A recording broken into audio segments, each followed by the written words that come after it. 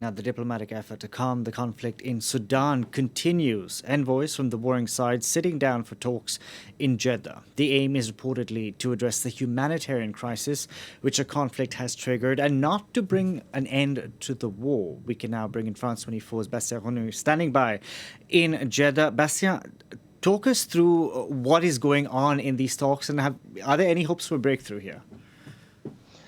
Well, it's very difficult to give you information because Saudi, but also Rapid Support Forces and army representatives do not want to talk to the press. We have tried to reach them several times already today, and they do not want to comment what's happening. So the only information we got so far is coming from our colleagues working at the Agence France Presse.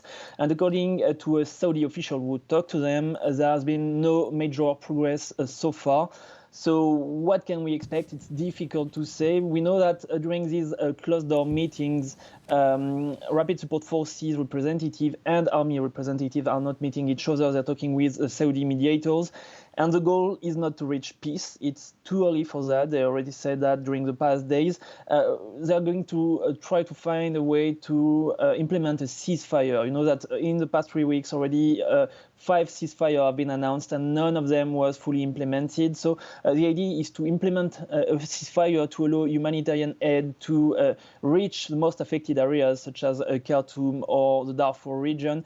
But it's very difficult for them to find a compromise. That's why Martin Griffiths, the United Nations Under Secretary for Humanitarian Affairs, traveled from Port Sudan to Jeddah yesterday to meet both the army and the Rapid Support Forces to talk to them, to explain why it's so important to bring humanitarian aid in Khartoum and in Darfur. You have to know that hundreds of thousands of people are already on the roads. They have left their homes. They do not have food and water.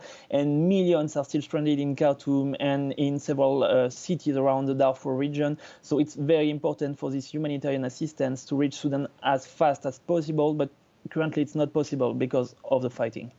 And about that point itself, the fighting, what exactly is happening on the ground in Sudan as these two sides sit down in Jeddah?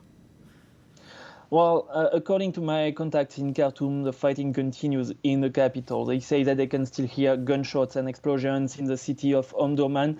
It's Khartoum twin city, just on the other side of the Nile River, and that they can also hear explosions. They see planes bombing several parts of the city center in Khartoum, especially around the presidential palace and the airport. They were both under the control of the Rapid Support Forces during the past days, during the past week, and it seems that the army is currently trying to retake control of these two areas. They are currently doing a major offensive against the Rapid Support Forces. So my contacts in Khartoum tell me that they're still stranded in their apartments without food, without water for some of them, without electricity for some others. So you understand that the humanitarian situation in Khartoum at the moment is dire. So that's for the capital.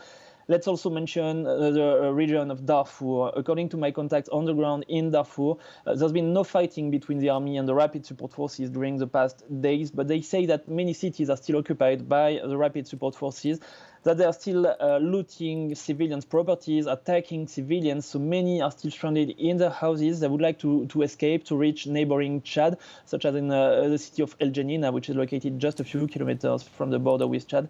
But it's impossible at the moment. They are all afraid of being targeted by the militias, by the Rapid Support Forces, so they stay in El Janina at the moment. So you understand that in several places around Sudan, it's still impossible for civilians to live, and that they're still waiting for a ceasefire to be able to live or to get humanitarian assistance. Bastien, thank you very much for that. Bastien Ronu reporting there for us from Jeddah.